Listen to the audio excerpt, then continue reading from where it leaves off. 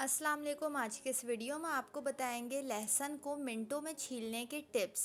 लहसुन छीलना एक बहुत मुश्किल मरहला होता है। थोड़ा सा लहसुन छीलने में ही काफ़ी वक्त लग जाता है।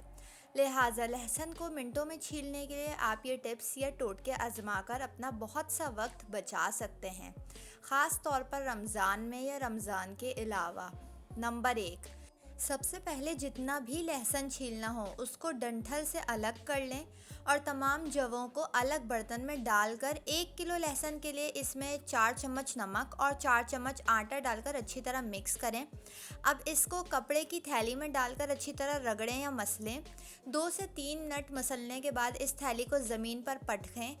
4 से 5 दफ़ा ये अमल करने के बाद अब थैला खोलकर किसी तसले में या परात में निकाल लें। लहसुन छिलके अलग हो जाएंगे और लहसुन अलग हो जाएंगे।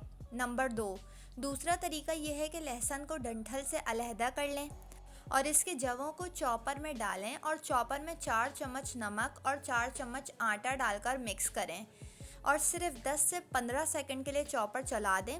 लहसुन छिलकों से अलग हो जाएगा। ये बहुत ही इंस्टेंट और इजी तरीके हैं। उम्मीद करती हूँ आपको ये वीडियो पसंद आई होगी। वीडियो को लाइक और मेरे चैनल को सब्सक्राइब करके बेल नोटिफिकेशन ज़रूर ऑन कर लें।